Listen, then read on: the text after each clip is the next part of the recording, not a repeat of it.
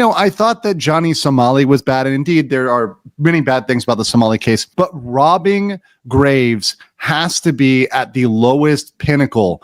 I think it's just because it's Johnny Somali, the one that got away from Japan and got away from this country and this country. I feel like Korea can do the same thing.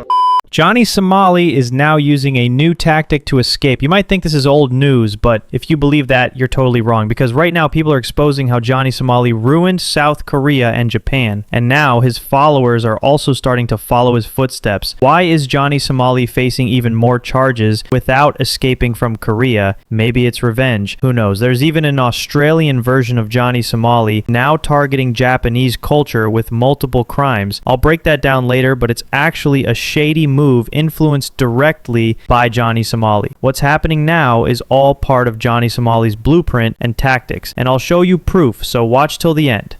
So as you know, Johnny Somali has been using multiple tactics to manipulate people, and his Discord community is helping him with that. From the very beginning, Johnny Somali kept saying that South Korea is doing injustice to him, that they are not giving him freedom of speech. You understand how bad it goes for you as a foreigner in a foreign country assaulting one of the citizens. It's freedom of speech. Yep. Through this case, I realized that most people do not understand free speech nor value it. What you did was free speech. But this is just another tactic, an innocent look to fool others. Why? What's the profit for Johnny Somali here? He himself admitted before that everyone is digging into all the things he did, both past and present. Need to be a little bit more careful because now definitely the world is watching every little thing I do. So if people now see Johnny Somali putting on this innocent face, they might think he regrets what he did, but in reality, it's just another tactic for escape. So if you now curse me, what's the proof that Johnny Somali said he regrets anything? Johnny Somali even said he apologizes for everything, but let's be real, Johnny Somali is such a shady and disgusting person, he will never truly apologize. Instead, he said something just to emotionally blackmail people. A lot of it is my fault, and for trying to keep pushing the envelope and doubling down and tripling down, it is 110% my fault. It all comes from my actions, so I'd have to be accountable about those things. And I think if I just go forward, I just tell myself... After hearing Johnny Somali say he wants to move forward, I want to ask you, will you forgive Johnny Somali for what he did? Do you think he deserves another chance? Let me know. But here's another thing you have to know. Johnny Somali played another big tactic here, his color. Yes, as you already know, Johnny Somali admitted multiple times that his acts were done only for fame and money. To other people in other countries for money, for clout. But the truth is, Johnny Somali is not fully destroyed because of it. By using the name of the black community, Johnny Somali manipulates people and even the authorities. And when it's time to face consequences, he just pulls the card. Oh, you're punishing me because of my colors? Johnny Somali is no problem. I'm walking to my home. Because of black skin? No. Because black skin? No. Black. No. I know you may have seen this before, but this is the proof of how Johnny Somali keeps making up tactics just to escape from all the consequences. He created drama himself and then acted innocent later. He even went as far as making a delusional statement saying that in Japan, Johnny Somali is considered a very big name in the black community. Yes, he literally compared himself to Michael Jackson and even Bob Sapp, claiming that his name was mentioned alongside theirs in Japan. If you write Johnny Somali in Japanese and search it on YouTube and Google and Twitter, like in the rank of famous black people in Japan, I'm not even glazing myself, it goes Michael Jackson, Bob Sapp, Johnny Somali. 速報です。ジョニー・ソマリの弱点が発見されました。 Please, release. I went to solitary confinement in Japan for 110, 111 days. So why am I actually talking about Japan right now? Because another one of Johnny Somali's big fans, a follower from Australia, is now ruining Japan completely. And just like Johnny Somali, he could also face serious consequences. But how is this fully influenced by Johnny Somali? To understand that, you need to know what Johnny Somali himself said. He claimed that what Japan did to him was sad, but in reality, Japan let him escape. And now South Korea is also following the same rule here. I felt like I was going crazy when I was in Japan, and that was like only, like 110 days? Like, that was driving me to the brink of insanity. And maybe I have some effects from that. They say solitary confinement affects people seriously.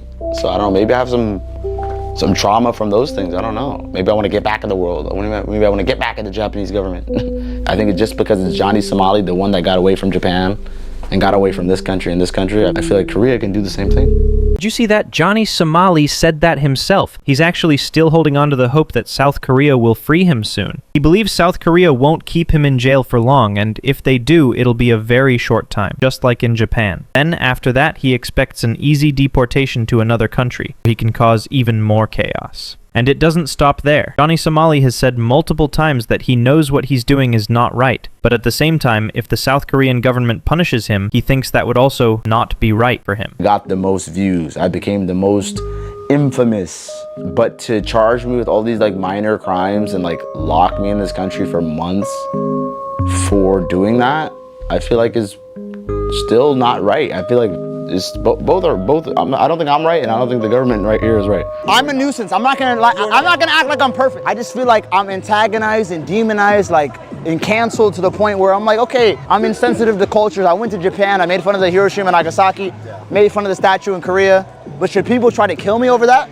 So, Johnny Somali, you said yourself that people shouldn't kill you over what you did, but later you also said you don't think you should face consequences. I just want to ask, are you actually trying to make us fools? If 1 million people were to vote, apart from a few of your little fans, the rest would all say they want you to serve 50 years in jail, because everyone knows you will never change. And this type of act isn't fooling people anymore. Nobody's buying it. Later, Johnny Somali even said that everything he did was just entertainment, because according to him, he's an entertainer and a comedian. Koreans that I've seen have been very upset.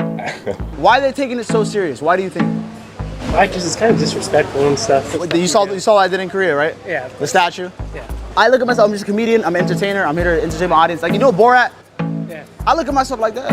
I feel like it's my story, it's my life, and I want to live it. And I don't like to be controlled. I have a problem with authority. And now I feel like these people on the internet that want to cancel me, I feel like they want to control me. They want me to sit down, shut up, be a boring content creator, be a boring live streamer, but I want to be me. So what do you find after seeing all of this? Johnny Somali has multiple tactics to defend himself. Sometimes he plays the card of being part of the black community, sometimes he calls himself an American citizen, and sometimes he claims he's mentally ill. So if anyone thinks the Johnny Somali era is literally over, they're wrong. There's still a big chance he can come back again, using the same excuses, if the South Korean government and legal authorities don't give him maximum punishment. What do you think? Let me know. And here's another update I said I'd give you earlier. An Australian version of Johnny Somali is now in Japan, ruining their culture and pulling shady stunts just like Johnny Somali.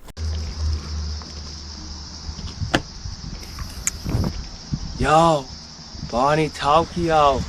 Have it on you. Why the your heart's on sticks? Obsessed with dicks like you can't feel shit. Did I miss? Or do you miss when you couldn't hear all that fucking... So as you've seen, this nuisance streamer is disrespecting the dead in Japan. And this isn't just some silly matter. Even legal experts are now speaking out about the situation, pointing out how another version of Johnny Somali is ruining things in Japan. An unhinged streamer has actually robbed Japanese graves. This is absolutely a crime. No, I thought that Johnny Somali was bad, and indeed there are many bad things about the Somali case, but robbing graves has to be at the lowest pinnacle of streamer depravity, the lowest pinnacle of going for clout. As human beings, we should have respect for one another, and we should look at those that have passed away, those that are, mothers, fathers, grandmothers, sisters, and look at the places of rest with respect, with dignity, and thanks for what they did. But for a streamer to go out of the way to intentionally rob these graves is out of control. So definitely these kinds of shady streamers should be held accountable for all of this. And not just that, if they're influenced by Johnny Somali, then they should be permanently banned from streaming and even face real prison time. And as you saw, Johnny Somali may have even encouraged his fans and followers to do this kind of stuff as a way to take revenge. What do you think? Is this just another tactic from Johnny Somali to escape? Let me know.